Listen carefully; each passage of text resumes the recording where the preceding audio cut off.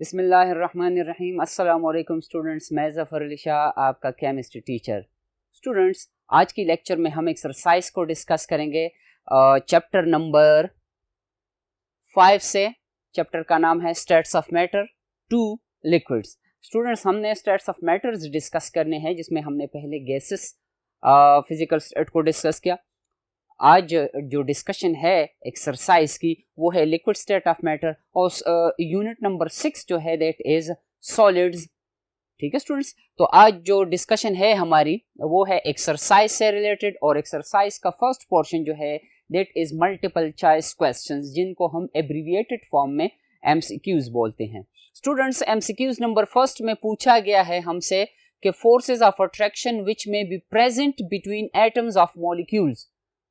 Question का मतलब है कि कौन सी फोर्सेस मौजूद है जब हमारे पास कोई मॉलिक्यूल होगा और उसमें जो एटम्स होंगे। जैसे हम एग्जांपल के तौर पर वाटर को कंसीडर कर लेते हैं students. The chemical formula of water is H2O। यहाँ पर आप देख सकते हैं कि 2 हाइड्रोजन एटम्स हैं और एक ऑक्सीजन का एटम है। तो इसके बारे में क्वेश्चन है कि इन तीनों एटमों के दरमियान फोर्सेस ऑफ अट्रैक्शन जो मौजूद है वो कौन सी फोर्सेस है। Option A intramolecular forces, option B intermolecular forces, option C van der Waals forces, और option D dipole induced dipole forces. Students, start ले लेते हैं ऑप्शन डी से, ताकि हम अपने लिए ऑप्शंस मिनिमाइज कर सकें। मल्टीपल चॉइस क्वेश्चंस जब भी आप अटेम्प्ट करें तो अपने लिए ऑप्शंस को मिनिमाइज करें, तो जो सही आंसर होगा उसका परसेंटेज फिर बढ़ता जाएगा।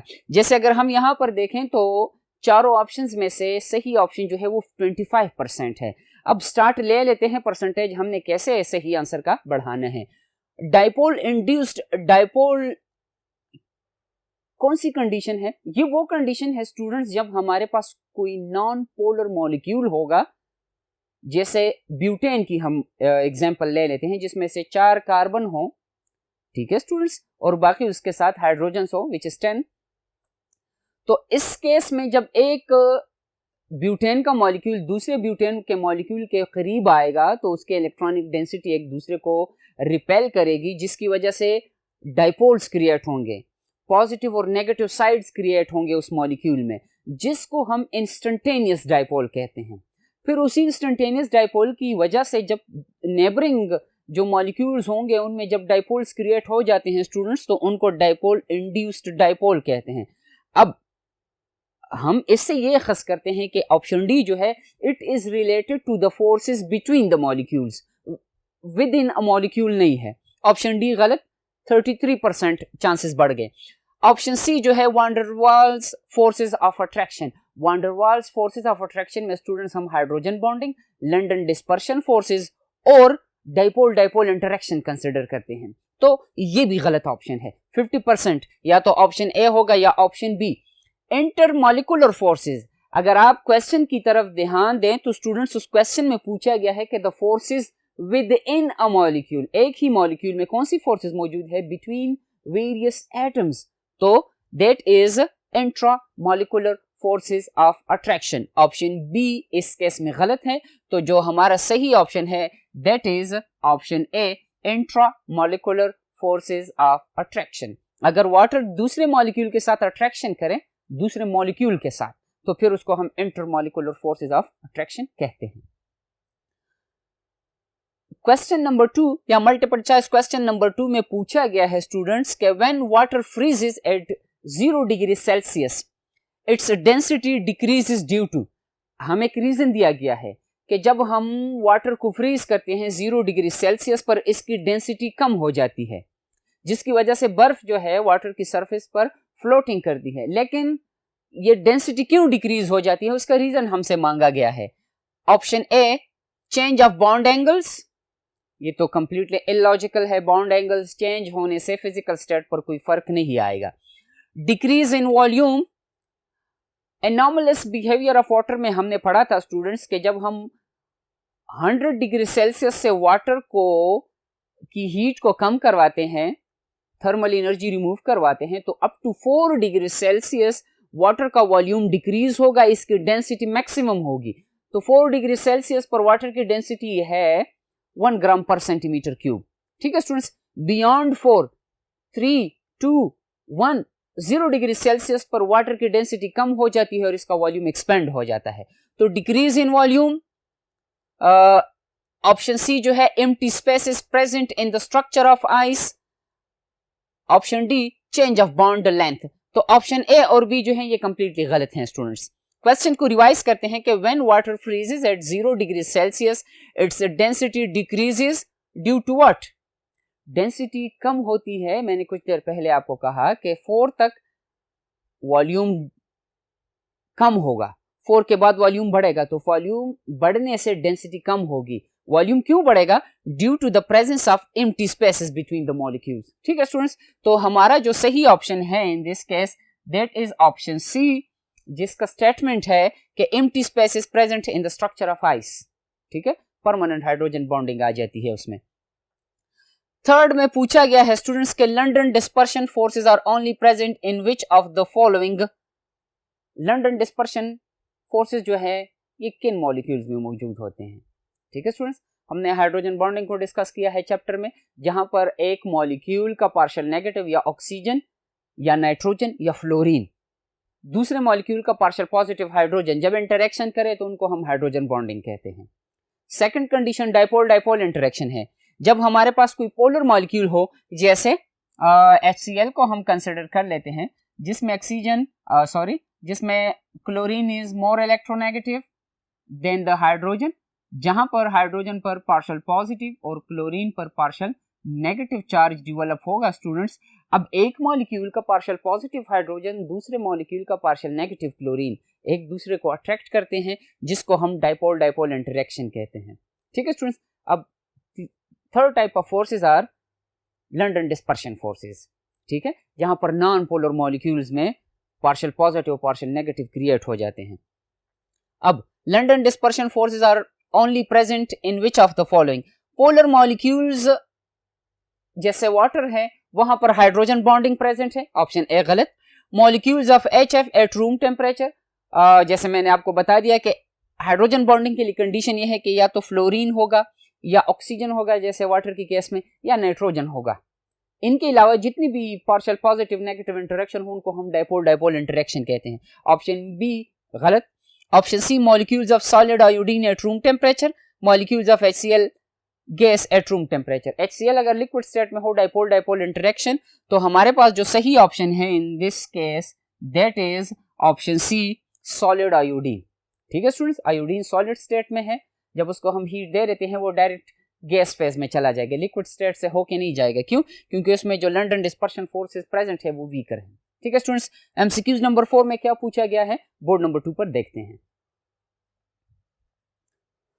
स्टूडेंट्स, एमसीक्यूज नंबर 4 में पूछा गया है कि molar heat of vaporisation of water is, number 1 what is molar heat of vaporisation? What is vaporisation? Vaporisation वो प्रोसेस है जब हम किसी लिक्विड को हीट देते हैं और वो वेपर्स में कन्वर्ट होगा। What is molar heat of vaporisation? हम कहते हैं कि इतना हीट एब्जॉर्ब हो इन केस ऑफ वाटर जिसमें 1 mole of water completely liquid state से वेपर स्टेट में कन्वर्ट हो जाए। अब वैल्यूज इसी टॉपिक जिसमें हम मोलर हीट ऑफ वेपोराइजेशन कहते हैं, स्टैंडर्ड एंथैल्पी चेंजेस नॉर्मली हम इनको कहते हैं, तो वहां पर वैल्यूज दी गई है। मैं डायरेक्ट आपको वैल्यू बताऊंगा, सही आंसर बताऊंगा, बाकी जो ऑप्शन है उसमें से आप चेंजेस फाइंड कर सकते हैं। जो सही आंसर है in this case that is kilo joule per mole in case of option A 40.7 kilo joules per mole. ठीक है, बाकी ऑप्शंस में अगर आप चेक करते हैं स्टूडेंट्स तो वहां पर जूल्स पर मोल है, कैलोरी पर मोल है और किलो कैलोरी पर मोल है। किलो कैलोरी या जूल्स या किलो जूल्स पर मोल ये तीनों इंटर रिलेटेड हैं स्टूडेंट्स, लेकिन जब हम किलो कैलोरी से किलो जूल्स में आते हैं तो न्यूमेरिकल वैल्यू को चेंज होना चाहिए, क्योंकि कैलोरी और जूल्स इंटर रिलेटेड हैं, इंटर कन्वर्टेबल है। जैसे हम कहते हैं कि 1 किलोग्राम इज इक्वल टू 1000 ग्राम, बिल्कुल ऐसे ही। नंबर 5 में पूछा गया है स्टूडेंट्स के the SI unit of viscosity is. अब विस्कोसिटी आपको पता है कि it is the resistance of any liquid to flow.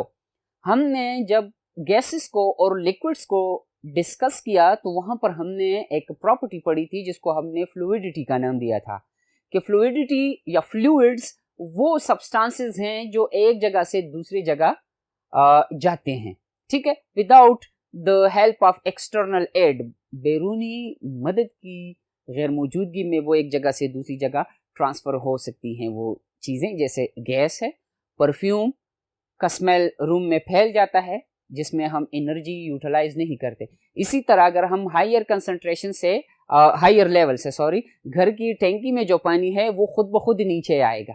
ये अगर प्रॉपर्टी सॉलिड में होती तो फिर हमारी ज़िंदगी उससे डिस्टर्ब होती, इसलिए ये प्रॉपर्टी जो है लिक्विड की है।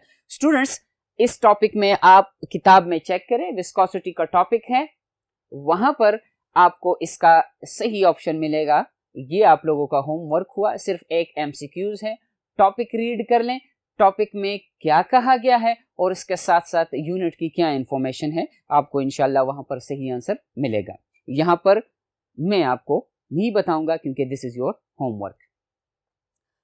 एमसीक्यूज नंबर 6 में पूछा गया है स्टूडेंट्स के liquid gets the shape of container when it is poured into Which one of the following reasons justify? Question का मतलब ये है स्टूडेंट्स के जब हम किसी कंटेनर से दूसरे कंटेनर में या बर्तन में, बीकर फर्ज कर लें, हम बॉटल से पानी को या किसी भी लिक्विड को ट्रांसफर कर लेते हैं बीकर में या कॉनिकल फ्लास्क में या राउंड बॉटम फ्लास्क हम कह सकते हैं, तो वो उस कंटेनर का शक्ल इख्तियार कर लेगा। मतलब जो वाटर या किसी भी लिक्विड का जो शेप होगा वो उस कंटेनर का शेप होगा, ठीक है। क्यों? रीजन मांगा गया है हमसे। Option A, liquid is compressible. Liquids की प्रॉपर्टीज तो हमने डिस्कस की थी कि liquids are incompressible due to the absence of free spaces between the molecules. Option A completely wrong. Option B, liquid does not has definite volume. ये बात तो ठीक है कि लिक्विड्स में का जो वॉल्यूम होगा वो डेफिनेट नहीं होगा, ठीक है। सॉरी स्टूडेंट्स, हम कहते हैं कि the volume of liquid is definite, वो स्पेसिफिक होगा। अगर आपके पास 1 लीटर वाटर है, आप उसको 3 लीटर के कंटेनर में ट्रांसफर कर लेते हैं तो वो सिर्फ 1 लीटर स्पेस को ऑक्युपाई करेगा, 2 लीटर खाली रहेगा। ऑप्शन बी गलत। Option C, liquid is highly compressible, ठीक है, ये भी गलत है।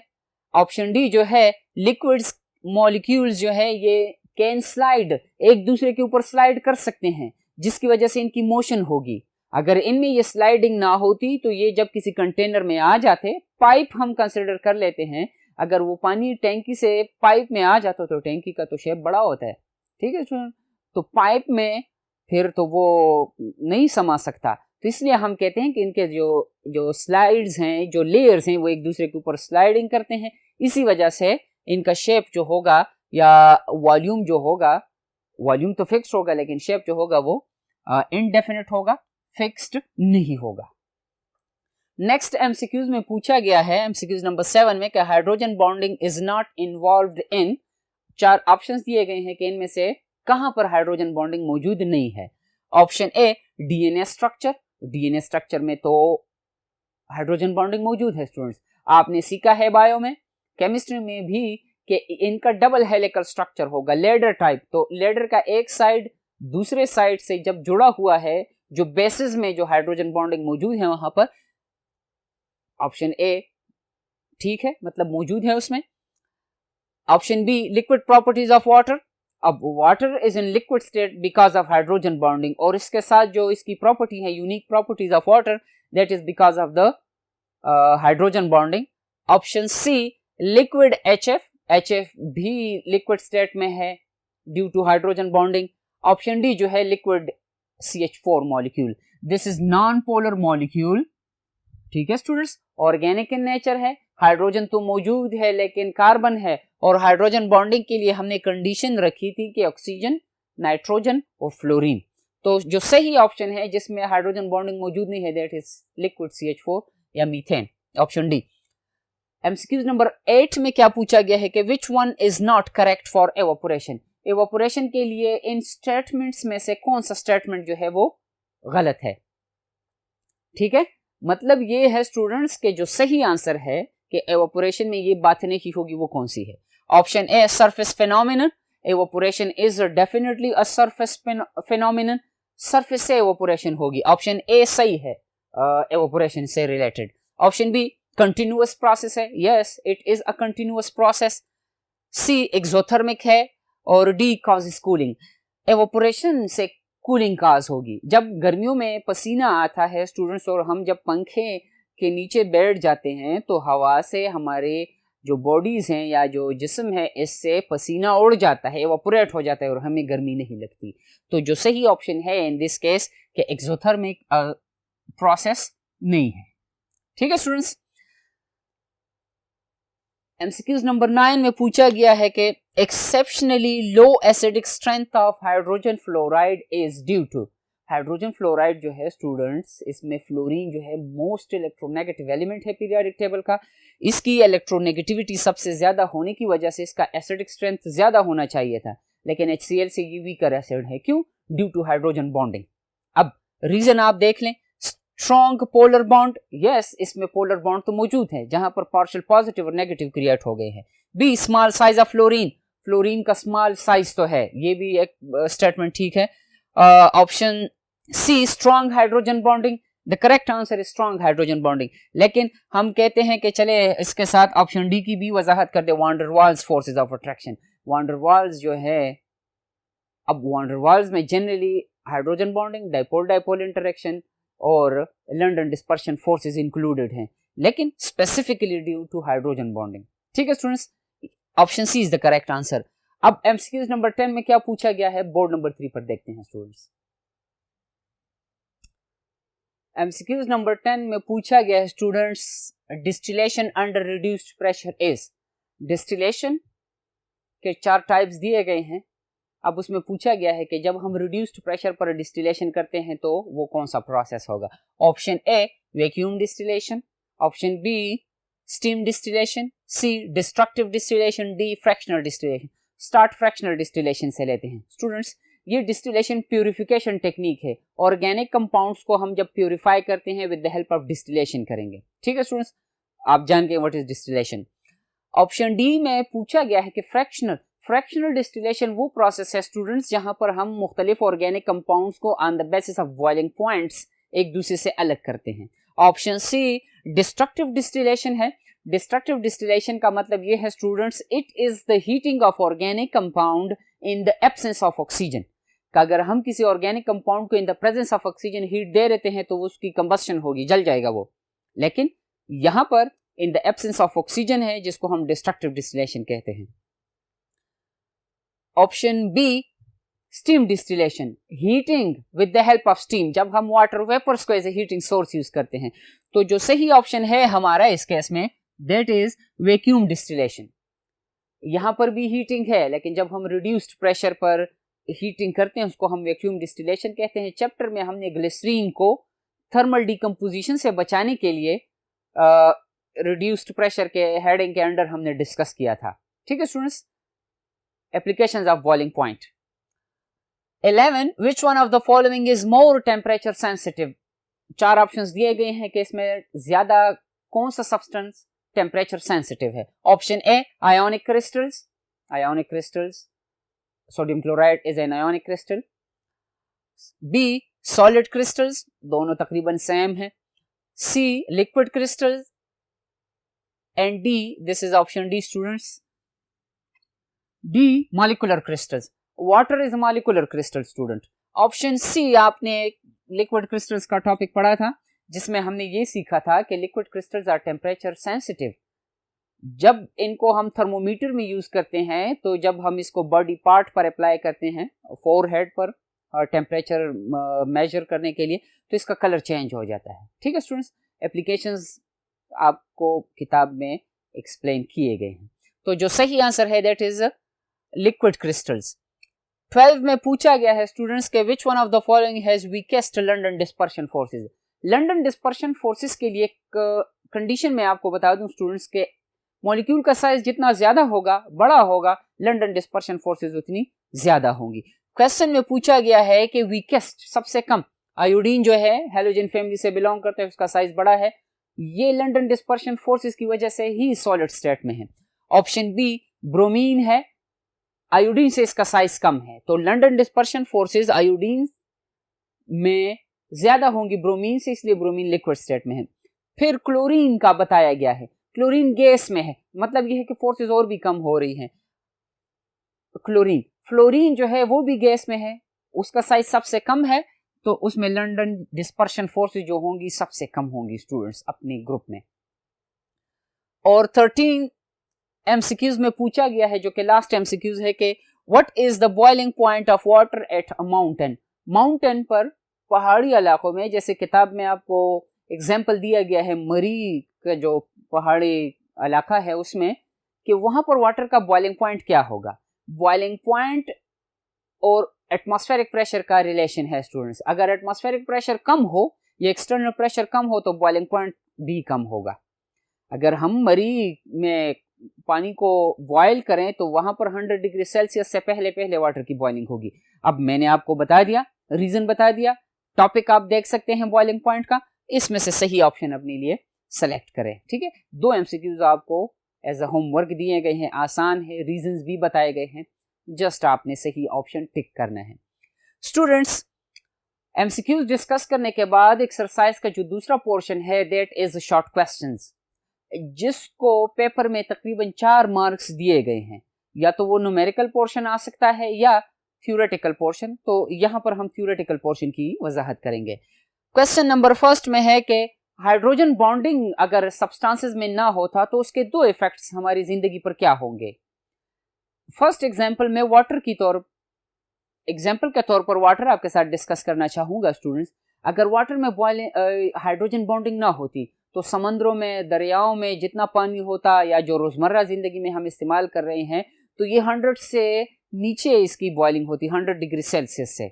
ठीक है स्टूडेंट्स, तकरीबन जो साइंसदान है वो कहते हैं कि अगर इसमें हाइड्रोजन बॉन्डिंग ना होती वाटर में तो -80 डिग्री सेल्सियस पर इसकी बॉइलिंग होती, जिससे हमारी जिंदगी डिस्टर्ब हुई होती। ठीक है, ये वाटर से रिलेटेड हाइड्रोजन बॉन्डिंग की वजह थी। सेकंड, अगर हम देखें, you know that DNA is genetic material, जिससे हमारी जिंदगी रवां दवा है।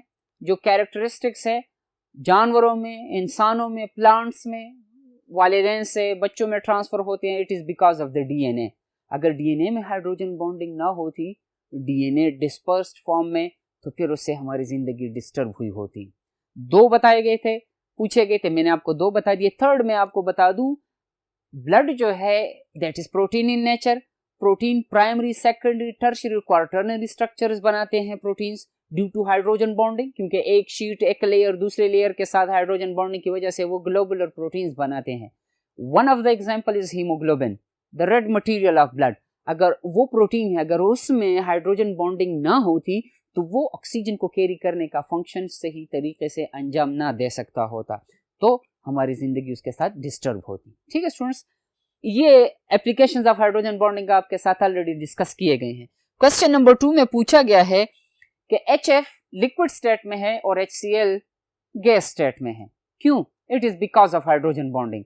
HCl में हाइड्रोजन बॉन्डिंग नहीं है, डाइपोल डाइपोल इंटरेक्शन है। HF में हाइड्रोजन बॉन्डिंग मौजूद है, hydrogen bonding is stronger than the dipole dipole interaction, that is why hydrogen fluoride exists in liquid state while hydrogen chloride HCl exists in gas physical state।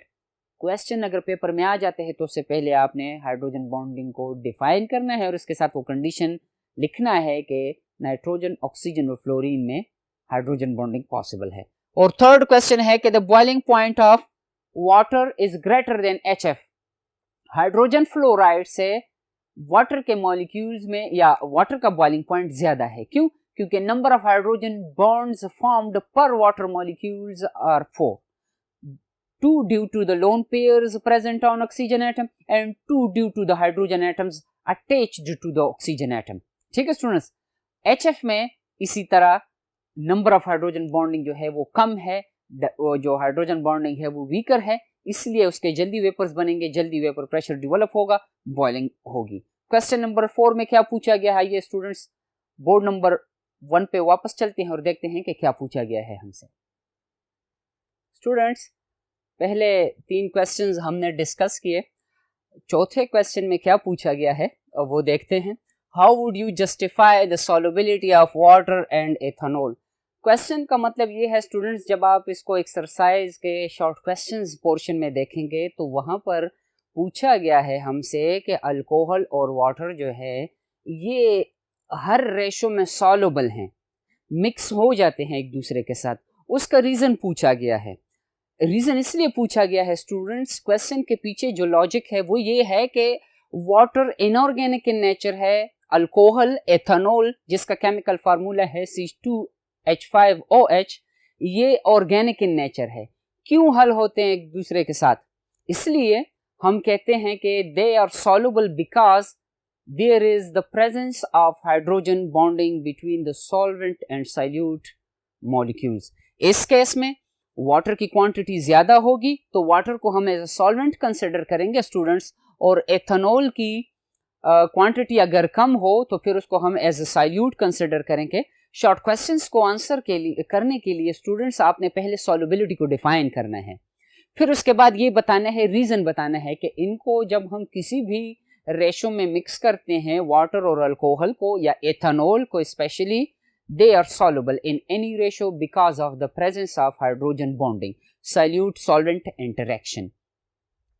Next question में आपसे पूछा गया है students के neon और argon जो है दोनों नोबल गैसेस हैं, मोनो एटॉमिक मॉलिक्यूल्स हैं। Noble gases are those gases which do not take part in any chemical reaction। why? because their octet is complete। इनका octet complete है, outermost shell complete है, इसलिए ये बॉन्ड फॉर्मेशन में हिस्सा नहीं लेते, इसलिए इसको जीरो ग्रुप एलिमेंट्स कहते हैं या इनको हम नोबल गैसेस कहते हैं। दूसरी बात ये है स्टूडेंट्स, दोनों मोनो एटॉमिक है, सिंगल एटम है इनमें। अब पूछा गया है हमसे कि इनके बॉइलिंग पॉइंट्स में क्यों डिफरेंस है। स्टूडेंट्स हम अगर देखते हैं, atomic number of neon is 10 and atomic number of argon is 18। Neon में 2 8 दो शेल्स हैं, पहले शेल में 2 इलेक्ट्रॉन, सेकंड में 8 इलेक्ट्रॉन्स। आर्गन में 3 शेल्स हैं, 2 8 8 18 इलेक्ट्रॉन्स आ जाएंगे। अब हमने ये कहा था या डिस्कस किया था लंडन डिस्पर्शन फोर्सेस में कि एटम का साइज, मॉलिक्यूल का साइज जितना बड़ा होगा, जितना ज्यादा होगा, वहां पर लंडन डिस्पर्शन फोर्सेस जो होंगी ज्यादा होंगी। तो आर्गन का साइज ज्यादा है, यहाँ पर इंस्टेंटेनियस डाइपोल्स आसानी से पैदा होंगे, उसकी वजह से इनका जो फोर्सेस ऑफ अट्रैक्शन होंगी, लंडन डिस्पर्शन फोर्सेस, वो स्ट्रॉन्गर होंगी, नियॉन में वीकर होंगी। That is why the boiling point of neon is less than the boiling point of argon, या रिवर्स कर लें, the boiling point of argon is greater than the boiling point of neon. Question number 6 में पूछा गया है students के different liquids have different rate of evaporation। evaporation process क्या है? हम कहते हैं कि जब कोई भी लिक्विड स्पॉन्टेनियसली किसी भी टेम्परेचर पर लिक्विड स्टेट से गैस स्टेट में कन्वर्ट हो, उस प्रोसेस को हम evaporation कहते हैं। अब different liquids have different rate हम कहते हैं स्पीड को, कि पर मिनट कितना लिक्विड या पर यूनिट टाइम कितना लिक्विड वेपर्स में कन्वर्ट होगा।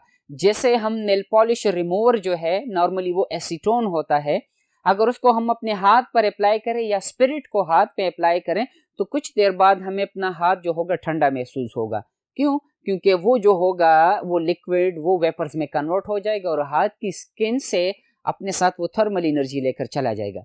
अब यहाँ पर क्वेश्चन है डिफरेंट रेट ऑफ एवोपोरेशन, तो हम कहते हैं कि rate of evaporation depends on the inter molecular forces of attraction. Molecules के दरमियान जो फोर्सेस ऑफ अट्रैक्शन है उन पर डिपेंडेंट है।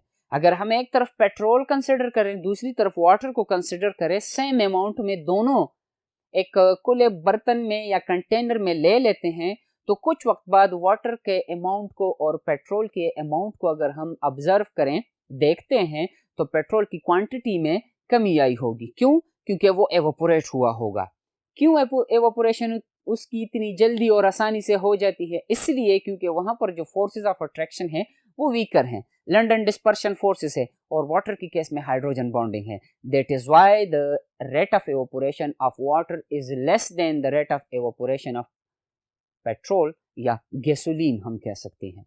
ठीक है स्टूडेंट्स, क्वेश्चन नंबर 7 में पूछा गया है कि अर्थनवेयर वेसल्स कीप्स वाटर कूल।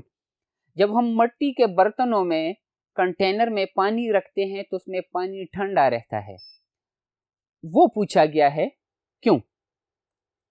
इसलिए स्टूडेंट्स कि जो मिट्टी का बर्तन होगा उसमें छोटे छोटे सुराख होते हैं मॉलिक्यूलर साइज के या उससे थोड़े से बड़े, जिसमें से वो वाटर के मॉलिक्यूल्स जिनकी काइनेटिक एनर्जी ज्यादा हो, हम इस प्रोसेस को एवापोरेशन कहते हैं। वो मॉलिक्यूल्स जिनकी काइनेटिक एनर्जी ज्यादा हो और वो सरफेस पर आकर वेपर्स में कन्वर्ट हो जाते हैं और वो अपने साथ उस थर्मल एनर्जी को लेकर चले जाते हैं, जिससे वो पानी जो होगा वो ठंडा रह जाएगा। अब अर्थनवेयर वेसल्स या कंटेनर की क्या बात है, इसलिए स्टूडेंट्स के जो कंटेनर होगा उसमें जो सुराख मौजूद हैं छोटे छोटे, उनसे वो हीटेड वेपर्स जो होते हैं वो रिलीज हो जाते हैं, ठीक है, और इसी तरह वाटर जो होगा ठंडा रह जाता है उसमें। या इसका एक एग्जांपल एवापोरेशन का हम ये भी कंसिडर कर सकते हैं, जैसे लेक्चर की स्टार्ट में मैंने बता दिया कि जब हमारी जिस्मों पर बॉडीज पर पसीना आ जाता है गर्मियों में, तो जब हम पंखे की आगे बैठ जाते हैं स्टूडेंट्स, तो उससे जो पसीना होता है वो एवापोरेट हो जाता है और हमारी बॉडी जो है वो फिर कूलिंग महसूस करती है। क्वेश्चन 8 में पूछा गया है कि वैक्यूम डिस्टिलेशन को हम कैसे सेंसिटिव लिक्विड्स की डिकम्पोजिशन रोकने के लिए इस्तेमाल करते हैं, ठीक है, अवॉइड डिकम्पोजिशन। उससे पहले आप जरा वैक्यूम डिस्टिलेशन का डेफिनेशन सुन लें कि ये वो प्रोसेस है, प्यूरिफिकेशन टेक्निक है, जिसमें हम मुख्तलिफ लिक्विड्स को एट रिड्यूस्ड प्रेशर, एटमॉस्फेरिक या एक्सटर्नल प्रेशर को हम कम करके उसको जब हीट दे देते हैं तो उसकी बॉइलिंग जल्दी होगी। जैसे अगर आपको याद हो, हमने टॉपिक्स में ग्लिसरीन को डिस्कस किया था स्टूडेंट्स, ग्लिसरीन को। अब ग्लिसरीन का जो बॉइलिंग पॉइंट है that is approximately 290 degree Celsius, लेकिन 290 डिग्री सेंटीग्रेड तक टेम्परेचर पहुंचने से पहले ग्लिसरीन जो होगा वो डिकम्पोज हुआ होता है, ठीक है स्टूडेंट्स। अब हम जब उसकी प्यूरिफिकेशन करते हैं तो डिकम्पोजिशन के लिए तो नहीं करते, हमें तो प्यूरिफाइड फॉर्म में ग्लिसरीन चाहिए, तो इसलिए हम प्रेशर को रिड्यूस करते हैं उस कंटेनर में जहां पर हम ग्लिसरीन को बॉयल करते हैं students. Vacuum distillation, pressure reduce कर लेते हैं हम एक्सटर्नली, तो क्या होगा, वो तकरीबन 210 डिग्री सेल्सियस पर उसकी बॉइलिंग हो जाएगी, एवापोरेट हो जाएगा, कंडेंस कर लेंगे हम और प्यूरिफाई हो जाएगा। इसलिए वैक्यूम डिस्टिलेशन को जो प्रोसेस मैंने बता दिया इसी तरह अवॉइड करते हैं decomposition of sensitive expensive organic compounds या लिक्विड्स। नंबर 9 है कि एवापोरेशन कॉजेस कूलिंग। ये तो मैंने 2-3 दफा आपको बता दिया कि जब बदन से, बॉडी से पसीना निकलना शुरू हो जाता है तो वो पसीना जो उसमें जो मॉलिक्यूल्स होते हैं वो हीटेड होते हैं। हवा की वजह से अगर हम पंखे के सामने बैठ जाते हैं तो उसकी हवा की वजह से जो वेपर्स होंगे वो एवापोरेट हो जाते हैं। अब एवापोरेशन के साथ जो गर्मी होती है या थर्मल एनर्जी होती है हमारी जिस्मों से वो चली जाती है, इसलिए हम अपनी बॉडी को फिर महसूस करते हैं कि वी आर गेटिंग कूलर, मतलब कूलिंग महसूस की जाती है। इसलिए एवापोरेशन कॉजेस कूलिंग, रीजन आपके साथ डिस्कस किया गया। टॉपिक्स में जाएं स्टूडेंट्स, चैप्टर स्टडी कर लें, इंशाल्लाह आपको ये सारी बातें क्लियर हो जाएंगी। नंबर 10 में पूछा गया है कि water boils at different temperature at sea level and at mountain.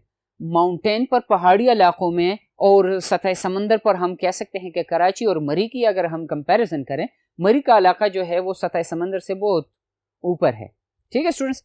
तो वाटर को जब हम बॉयल करेंगे तो कराची में उसका बॉइलिंग पॉइंट अलग होगा, मरी की पहाड़ी में अलग होगा। क्यों? क्योंकि बॉइलिंग पॉइंट जो है ये एक्सटर्नल या एटमॉस्फेरिक प्रेशर डिपेंडेंट है। एक्सटर्नल या एटमॉस्फेरिक प्रेशर जितना कम होगा वाटर की बॉइलिंग जल्दी होगी। तो वाटर, अगर हम मरी की पहाड़ी में वाटर को हीट दे देते हैं, वहां पर एटमॉस्फेरिक प्रेशर कम है, वेपर्स जो बन जाते हैं वो जल्दी उनका प्रेशर एक्सटर्नल प्रेशर के बराबर होगा और वाटर की बॉइलिंग जल्दी होगी। रीजन एटमॉस्फेरिक प्रेशर है स्टूडेंट्स। 11 में पूछा गया है कि वाटर ड्रॉपलेट इज स्फेरिकल, मतलब जब बारिश हो रही हो और पानी के कतरे गिर रहे हो तो वो गोल होते हैं, किसी और शेप में क्यों नहीं। इसका रीजन है स्टूडेंट्स, हमने सरफेस टेंशन की टॉपिक में ये बात डिस्कस की थी कि सरफेस टेंशन की वजह से वाटर के या किसी भी लिक्विड के जो मॉलिक्यूल्स होंगे वो सरफेस टू वॉल्यूम रेशो को मिनिमाइज रखने की कोशिश करेंगे। ठीक है, सरफेस टू वॉल्यूम रेशो, इसकी वजह से वाटर के जो ड्रॉपलेट्स, जो कतरे होंगे वो गोल होंगे। सरफेस टेंशन रीजन है। सरफेस टेंशन है क्या, ये हमने चैप्टर में डिस्कस किया था कि जब वाटर की जो सरफेस है उस पर जो मॉलिक्यूल होगा वो जब अट्रैक्ट होगा डाउनवर्ड, उस पर ज्यादा अट्रैक्शन महसूस होगी। वो डाउनवर्ड अट्रैक्शन क्यों होगी, क्योंकि ऊपर तो वेपर्स हैं उसकी सरफेस पर, वेपर्स अट्रैक्ट कर नहीं सकते। राइट साइड पर जो फोर्सेस मौजूद हैं वो लेफ्ट साइड की वजह से बैलेंस हो जाती हैं। अब डाउनवर्ड जो फोर्सेस हैं वो अपवर्ड फोर्सेस की वजह से बैलेंस नहीं हो पाती, इसलिए सरफेस टेंशन डेवलप हो जाएगा। एक इनवर्ड पुल महसूस करेगा वो मॉलिक्यूल, जिसको हम सरफेस टेंशन कहते हैं, और उसी की वजह से वाटर के जो मॉलिक्यूल्स होंगे, जो ड्रॉप्स होंगे सॉरी, वो क्या होंगे, स्फेरिकल शेप में होंगे। क्वेश्चन नंबर 12 में क्या पूछा गया है, बोर्ड नंबर 2 पर देखते हैं स्टूडेंट्स। क्वेश्चन नंबर 12 में पूछा गया है स्टूडेंट्स के temperature of liquid remains constant while boiling. जब हम किसी भी लिक्विड को हीट दे देते हैं, जब उसकी बॉइलिंग हो रही हो स्टूडेंट्स, तो उसका टेम्परेचर बढ़ता नहीं है उसके बॉइलिंग पॉइंट से। फॉर एग्जाम्पल, वाटर को हम बॉयल कर रहे हैं, हीट दे रहे हैं at 1 atmospheric pressure, boiling 100 degree Celsius पर होगी। जब तक पूरा पानी कंप्लीटली कन्वर्ट नहीं होता वेपर्स में, वाटर का जो टेम्परेचर होगा वो 100 से ऊपर नहीं जाएगा। क्यों, इसलिए क्योंकि जब हम किसी लिक्विड को हीट दे देते हैं, जो एक्स्ट्रा एनर्जी है वो यूटिलाइज होती है इंटरमॉलिक्यूलर फोर्सेस ऑफ अट्रैक्शन को खत्म करने के लिए। ठीक है, जिससे मॉलिक्यूल्स की काइनेटिक एनर्जी बढ़ जाएगी। अब अगर फर्ज कर लें सारा लिक्विड कन्वर्ट हो जाता है वेपर्स में, उसके बाद एनर्जी जो हम प्रोवाइड कर रहे हैं, जो टेम्परेचर होगा वो बढ़ता जाएगा और उससे गैस मॉलिक्यूल्स या वेपर्स की काइनेटिक एनर्जी बढ़ेगी। ठीक है स्टूडेंट्स, तो जो एनर्जी हम प्रोवाइड कर रहे हैं that is utilized in overcoming the intermolecular forces of attraction of that particular liquid which is under observation। इस केस में हमने वाटर को कंसिडर किया। चैप्टर में जाए इंशाल्लाह आपको वहां पर कंप्लीट इंफॉर्मेशन मिल जाएगी। यहाँ पर जस्ट आपको आइडिया दिया जा रहा है क्योंकि आपने ऑलरेडी चैप्टर पढ़ा है। और डिस्क्रिप्टिव क्वेश्चन या लॉन्ग क्वेश्चंस में क्या पूछा गया है, आइए देखते हैं स्टूडेंट्स। लॉन्ग क्वेश्चन का पोर्शन जो है आपको पता है सेक्शन सी पेपर का, जिसमें मैक्सिमम 9 मार्क्स होते हैं। पॉसिबिलिटी ये है कि उसके 2 या 3 पार्ट्स उसके साथ आ जाए या एक ही पार्ट हो उसका, तो अगर एक ही पार्ट होगा तो मैक्सिमम 9 मार्क्स होंगे। नंबर 1 प्रॉपर्टीज ऑफ लिक्विड्स हमसे पूछे गए हैं, जिसमें हमने कंप्रेसिबिलिटी, डिफ्यूजन, ठीक है स्टूडेंट्स, ये फैक्टर्स डिस्कस किए थे। बाकी आप kinetic molecular interpretation of liquid का टॉपिक देख सकते हैं, वहां पर जो प्रॉपर्टीज हमने डिस्कस की थी किताब में डिटेल के साथ मौजूद है। बी में पूछा गया है कि एनॉमलस बिहेवियर ऑफ वाटर को एक्सप्लेन करें। एनॉमलस बिहेवियर स्टूडेंट ये है, अगर हम बॉइलिंग वाटर को ठंडा करते हैं, उसका हीट रिमूव करते हैं, तो वाटर का टेम्परेचर जब कम होता जाएगा वाटर की डेंसिटी बढ़ती जाएगी, वाटर का वॉल्यूम कंट्रैक्ट होता जाएगा। Up to 4 degree Celsius water की डेंसिटी जो होगी वो मैक्सिमम होती जाएगी। एट 4 डिग्री सेल्सियस वाटर की डेंसिटी 1 ग्राम पर सेंटीमीटर क्यूब तक पहुंच जाएगी, वॉल्यूम कंट्रैक्ट हो जाएगा। उसके बाद जब 3, 2, 1, 0 पे हम आते हैं, वाटर फ्रीज हो जाएगा, वाटर का वॉल्यूम एक्सपेंड हो जाएगा, डेंसिटी कम हो जाएगी, इसलिए बर्फ जो है वाटर सरफेस पर फ्लोटिंग करती है। This is the anomalous behaviour of water and this is due to the hydrogen bonding. इसकी डिटेल हमने मॉलिक्यूलर सॉलिड्स टॉपिक के हेडिंग के अंडर डिस्कस की है। सी में पूछा गया है कि गर्मियों में जब माहौल में नमी ना हो, ड्राई कंडीशन हो, तो उस वक्त कपड़े जल्दी सूख जाते हैं एज कंपेयर टू वही गर्मियों में, लेकिन जब माहौल में नमी ज्यादा हो। ये क्यों स्टूडेंट्स, हम कहते हैं this is evaporation process. Evaporation process और टेम्परेचर का आपस में डायरेक्ट रिलेशन है। टेम्परेचर जितना ज्यादा होगा एवोपोरेशन उतना ज्यादा होगा, जल्दी होगा। तो अगर उस दिन खुश्क हो, मतलब एटमॉस्फेयर में वाटर वेपर्स की कंसंट्रेशन इतनी ज्यादा ना हो, ड्राइड कंडीशन हो, टेम्परेचर ज्यादा हो, तो ज्यादा टेम्परेचर की वजह से ज्यादा वाटर के मॉलिक्यूल जो होंगे काइनेटिक एनर्जी उनकी बढ़ती जाएगी, एवापोरेट होंगे। लेकिन उस दिन के मुकाबले में जब नमी ज्यादा हो तो एवापोरेशन जल्दी नहीं होगी, आसानी से नहीं होगी। क्यों? क्योंकि माहौल में वेपर्स हैं ऑलरेडी। ठीक है स्टूडेंट्स, तो वेपर्स होने की वजह से उस कपड़े से एवापोरेशन का प्रोसेस नहीं होगा लेकिन स्लो होगा, रेट उसका स्लो होगा। 2 में पूछा गया है कि इन टर्म्स को एक्सप्लेन करें, molar heat of vaporisation, molar heat of fusion and molar heat of sublimation. Molar उस वक्त यूज होगा जब हम 1 मोलर की स्टैंडर्ड कंडीशंस पर बात करते हैं, या स्पेसिफिकली यहां पर हम कहते हैं कि 1 मोल। मोलर हीट ऑफ वेपोराइजेशन वो है कि जब हमारे पास कोई लिक्विड हो और 1 मोल हो, उसको जब हम कंप्लीटली वेपर्स में कन्वर्ट कर लेते हैं, उसके लिए जितनी एनर्जी रिक्वायर्ड होगी उसको हम मोलर हीट ऑफ वेपोराइजेशन कहते हैं। फ्यूजन कौन सा प्रोसेस है स्टूडेंट्स? जब कोई सॉलिड सब्सटेंस लिक्विड में कन्वर्ट होगा, फ्यूजन उसको हम कहते हैं। 1 mole of the substance is converted into liquid state and the amount of energy required or amount of energy used in that conversion from solid state to liquid state is known as molar heat of fusion. And in case of sublimation, when a solid is directly converted into gas phase, vapor phase, that process is known as sublimation and the amount of energy used in that process is known as molar heat of sublimation. Detail chapter में मौजूद है students. B में पूछा गया है कि origin of dispersion या London dispersion forces explain करें। मैं आपको इतना बता दूं स्टूडेंट्स कि London dispersion forces are present among non polar molecules, जैसे ऑर्गेनिक मॉलिक्यूल्स है, पेट्रोल है, वहां पर पूछा गया है। ये गैस को अगर हम देखें, CH4 molecule non polar molecule है, तो वो फिर कैसे लिक्विड स्टेट में कन्वर्ट होगा, जिसको हम LNG कहते हैं, लिक्विड नेचुरल गैस। ठीक है स्टूडेंट्स, तो हम कहते हैं कि जब हम इन मॉलिक्यूल्स को, नॉन पोलर मॉलिक्यूल्स को बाय कंप्रेशन एक दूसरे के नजदीक लेकर आते हैं, इनकी इलेक्ट्रॉन क्लाउड डेंसिटी एक दूसरे को डिस्टर्ब कर जाती है, जिसकी वजह से टेम्पररी या इंस्टेंटेनियस पार्शियल पॉजिटिव और नेगेटिव डेवलप हो जाते हैं, जिनको हम इंस्टेंटेनियस डाइपोल्स कहते हैं। अब उन इंस्टेंटेनियस डाइपोल्स की वजह से जब जो पड़ोस में मॉलिक्यूल्स होंगे वहां पर भी यही इसी तरह डिस्टर्बेंस पैदा हो जाती है, पार्शियल पॉजिटिव और पार्शियल नेगेटिव की शक्ल में, उनको हम इंड्यूस्ड डाइपोल कहते हैं। फिर इंस्टेंटेनियस की वजह से जब डाइपोल्स क्रिएट हो जाते हैं, उन डाइपोल्स की वजह से जब दूसरे मॉलिक्यूल्स में डाइपोल्स, 2 पोल्स पॉजिटिव और नेगेटिव क्रिएट हो जाते हैं, उनको हम इंड्यूस्ड डाइपोल्स कहते हैं। डिटेल मौजूद है और फैक्टर्स अफेक्टिंग डाइपोल या लंडन डिस्पर्शन फोर्सेस भी मौजूद हैं।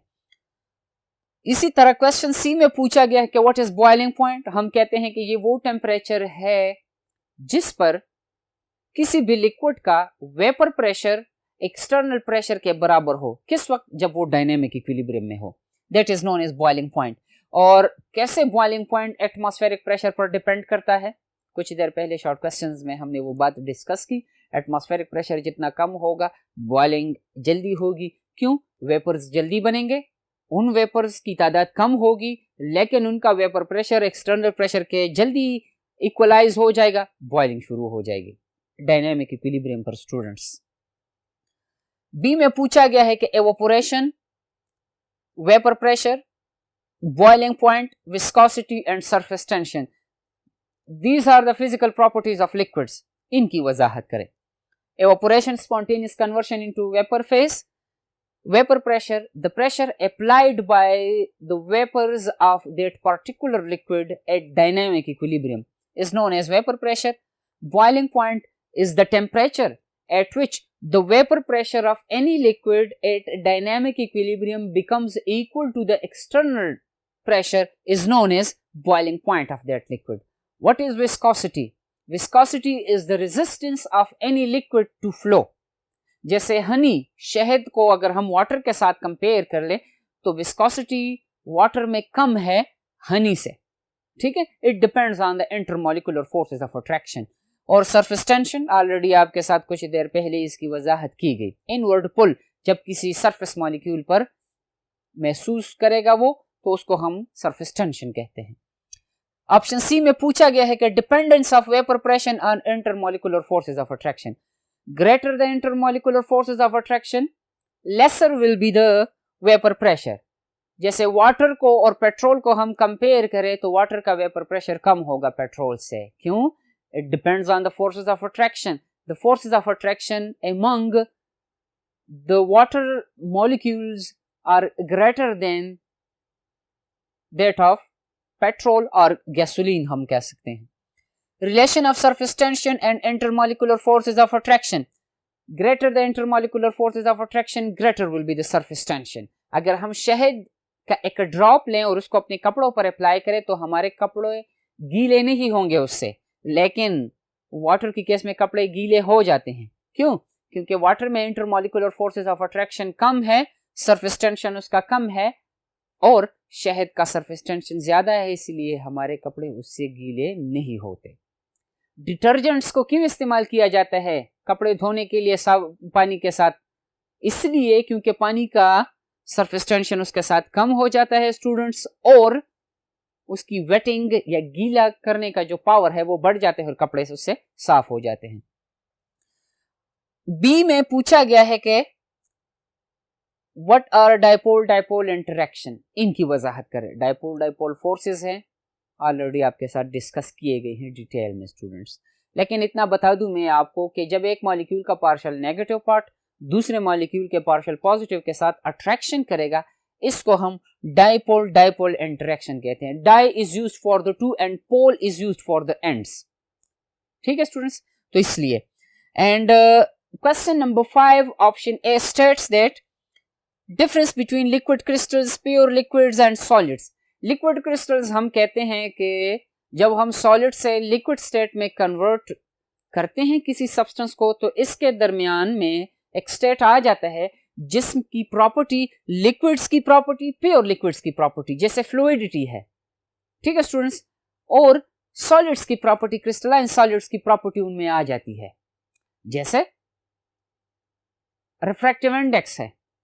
इसी तरह फ्लूइडिटी लिक्विड्स की प्रॉपर्टी है, तो इनकी डिटेल मांगी गई है जो आपको ऑलरेडी डिस्कस किए गए.